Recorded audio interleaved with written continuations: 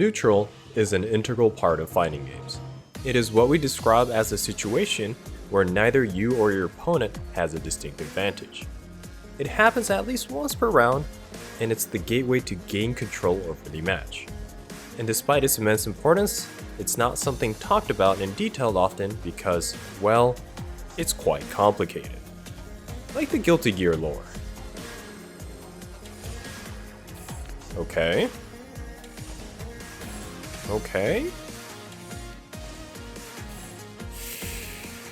I'm not reading all this. Well, jokes aside, there are just too many parts and they are all moving too fast. So why am I here talking about this subject? In my recent stream sessions, I've been getting a few new players and I've been struggling to communicate this aspect. Sometimes I don't know enough about the character they were using, and other times I didn't want to bog them down with details that may overwhelm them. To counter this problem, I thought to myself, why not explain one general aspect of neutral that can facilitate the thought process of finding detailed answers, instead of me going over every micro interaction a game might offer. So in this video, I'll be talking about the concept of ranges in hopes that you'll be able to use this idea to ask the right questions and find the effective answers. First things first, I'll be explaining this concept through Street Fighter V. I also did a similar video, but with examples from Under Night In-Breath. So if that's your cup of tea, go check that out as well. Anyways, just keep in mind, this concept applies to all fighting games, so even if you don't play these games, you can and you should apply it to the ones you do. And do not worry if you don't know the game or characters, as I will be explaining in a way that won't require you to have any prior knowledge. Alright, we're going to start this off with Dulcim, the stretchy limb man with a very nice beard.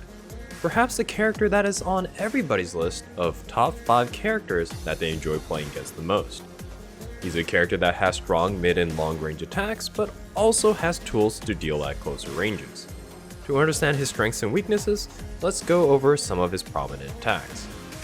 The first attack we'll go over is his fastest attack, Standing Light Punch. It is a 3-frame mid that is positive on block and can lead to a combo if resources are spent.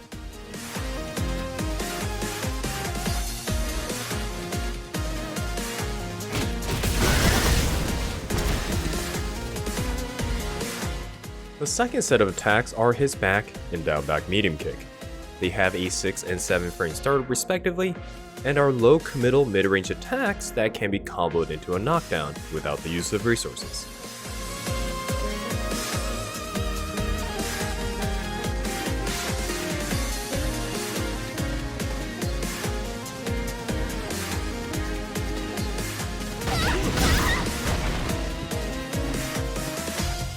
Last set is his medium normals, heavy normals, and projectiles. These are long-range pokes that are mainly used to keep opponents out, or used to surprise them with his teleport attacks. I'm not going through all of them since he has quite a lot of options, so here are a few prominent ones.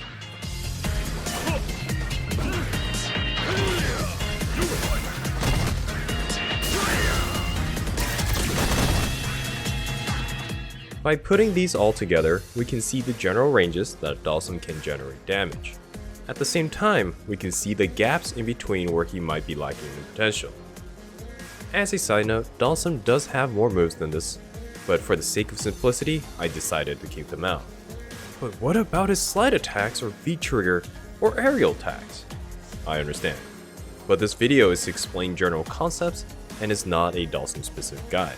Please understand. Now that we're done with basic Dulcim ranges, let's introduce player 2, Jin Li. She's a great all-around character that is especially strong at close and mid ranges. Her two prominent attacks at close range are her crouching light kick and standing medium punch.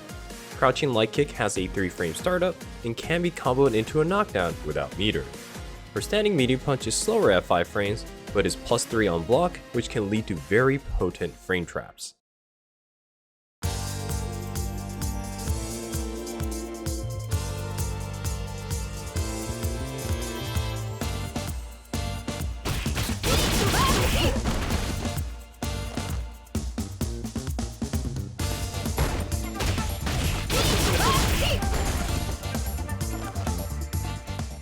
Her next notable set of attacks are her crouching medium kick and forward or backwards medium punch. Both are fast mid-range attacks that have 6 and 7 frame startup respectively, and can lead to combos and knockdown based on situation.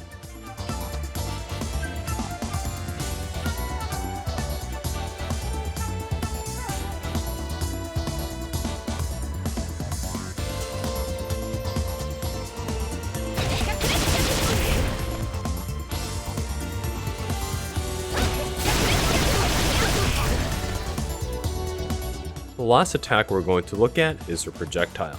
There are a few different variations based on button strength, and it is a fairly good projectile, but requires charge to execute, and some strength have limited range.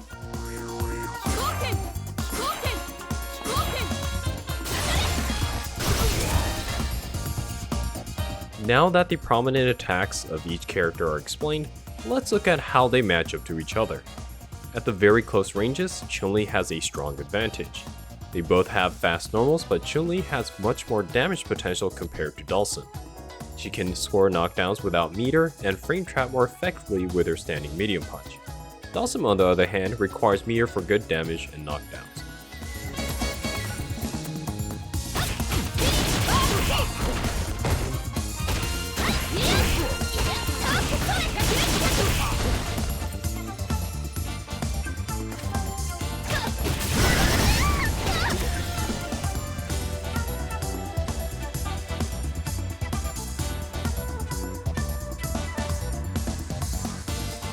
At the mid-range, both Chun Li and Dulcim have similar starter frames and damage potential. However, Chun Li's buttons slightly outrange Dulcim's, making this slightly in favor towards her.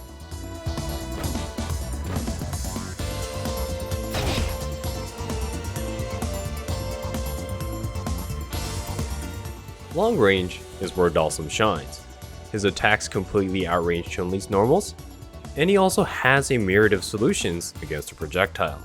He can hit her with standing hard punch, which naturally goes under projectiles, or teleport behind her for a full combo if the player is fast enough.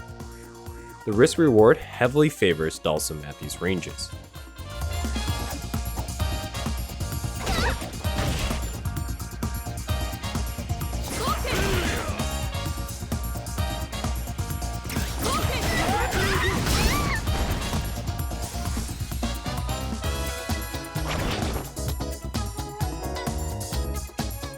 Now that we've matched each character's ranges, we can clearly see where they want to be. If you are a Chun Li player, you want to be close to mid-range to threaten your greater damage potential, while Dulcim players should aim to keep her at a very healthy distance.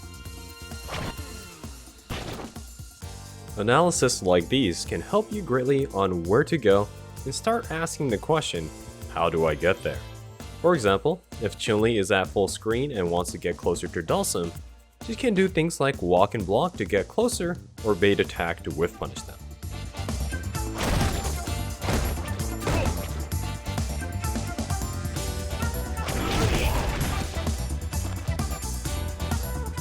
This is the point where things can get quite complicated and requires a much more detailed analysis of what each attack does and how they interact.